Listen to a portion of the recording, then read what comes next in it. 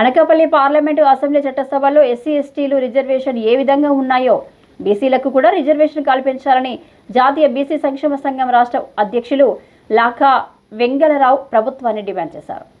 మంగళవారం అనకాపల్లి పట్టణంలో స్థానిక విజయ రెసిడెన్సీలో ఏర్పాటు చేసిన బీసీ సంక్షేమ సంఘం జిల్లా స్థాయి సమావేశంలో ముఖ్య అతిథిగా పాల్గొని మాట్లాడుతూ స్వాతంత్రం వచ్చి 7.5 దశాబ్దాలు గడిచి తరాలు మారుతున్నా బీసీలు తలరాతలు మారడం లేదని ఆవేదన వ్యక్తం చేశారు.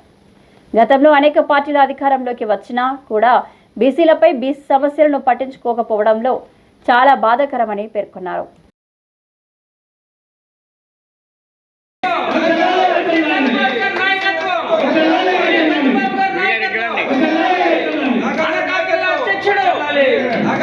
నన్ను ఈ అనకాపల్లి జిల్లా అధ్యక్షునిగా ప్రకటించారు. లాఖా వెంగళరావు గారు చేతుల మీదుగా నాకు ఈరోజు ఈ అపాయింట్మెంట్ పత్రం ఇవ్వబోతున్నారు.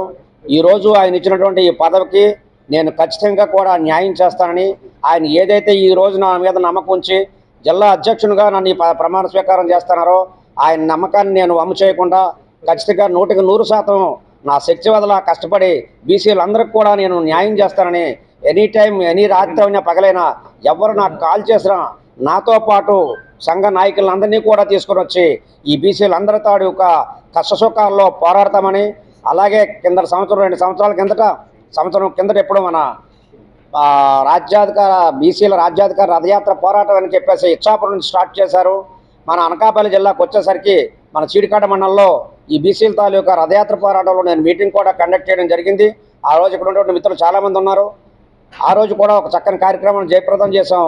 ఈరోజు కూడా మీ అందరి తరపున మీ అందరి సమక్షంలో నాకు ఇచ్చినటువంటి పదవికి న్యాయం చేస్తానని ఈ మీడియా సమావేశంలో ఈ మీడియా మిత్రుల ముందు నేను ఈ ప్రమాణ స్వీకారం ప్రకారంగా నేను హామీ ఇస్తూ, గత ఎన్నికల్లో భాగంగా కూటమి ప్రభుత్వం ఏదైతే బీసీలకు స్పష్టమైనటువంటి హామీలు ఇచ్చిందో వెంటనే ఈ రాష్ట్రంలో బీసీ కులగణన చేపట్టాలని, అదేవిధంగా బీసీలకు ప్రత్యేక రక్షణ చట్టాన్ని అమల్లోకి తీసుకురావాలని చెప్పేసి కోరుతా ఉన్నాం. రాష్ట్ర ముఖ్యమంత్రి వర్యులు నేను మహాత్మా జ్యోతిరావు పూలే జయంతి సందర్భంగా కూడా ఒక హామీ ఇవ్వటం జరిగింది.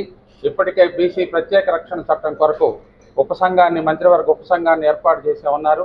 అయితే ఉపసంఘంలో ఉండేటటువంటి మంత్రులు వెంటనే వివిధ బీసీ సంఘాల బాధ్యులుగా ఎవరైతే గత 3 దశాబ్దాలుగా పోరాడుతున్నారో బీసీ సమస్యలపైన, బీసీ రక్షణ చట్టంలో ఏ అంశాలు పొందుపరచాలనో తక్షణమే వారితో సమావేశాన్ని ఏర్పాటు చేసి ఫీడ్బ్యాక్ తీసుకొని బీసీల హక్కుల సాధన కొరకు ఆ చట్టంలో పొందుపరిచే విధంగా ఒక సమావేశాన్ని ఏర్పాటు చేయాలనేది కూడా డిమాండ్ చేస్తూ ఉన్నాం. అదేవిధంగా ప్రతి జిల్లాలో కూడా బీసీ స్టడీ సర్కిళ్ళు, బీసీ భవన్లు ఏర్పాటు చేయాలని కోరుతా ఉన్నాం. ఈ రాష్ట్రంలో 60% ఉన్నటువంటి బీసీలు అభివృద్ధి చెందకుండా రాష్ట్ర అభివృద్ధి పెరగదు, రాష్ట్ర తలసరి ఆదాయం పెరగదు, వ్యక్తి సగటు ఆదాయం కూడా పెరగదనేది పరిగణలోకి తీసుకోవాలి. ఇప్పటికి కూడా బీసీలు దయనీయ స్థితిలో ఉన్నారు. అనేక జిల్లాలకు వలస కూలీలుగా ఉన్నటువంటి పరిస్థితి కనుక తక్షణమే ప్రభుత్వం ఇచ్చిన హామీ మేరకు బీసీల పట్ల ఒక ప్రత్యేకమైనటువంటి పారిశ్రామిక విధానాన్ని కూడా బీసీ ఔత్సాహిక పారిశ్రామికవేత్తలకు ప్రత్యేకమైనటువంటి పారిశ్రామిక విధానాన్ని కూడా చేపట్టి